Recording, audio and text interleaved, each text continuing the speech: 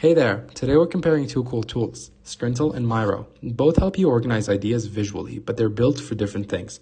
Let's break them down and see which one's best for you. First up, we have Scrintal. Imagine a digital notebook with a twist. It's made for individuals like students, researchers, or anyone who loves organizing thoughts. You can write detailed notes, add images, videos, or PDFs, and link everything together like a personal Wikipedia. It's great for digging deep into ideas and keeping your knowledge in one spot. Think of it as your brain's best friend for solo projects.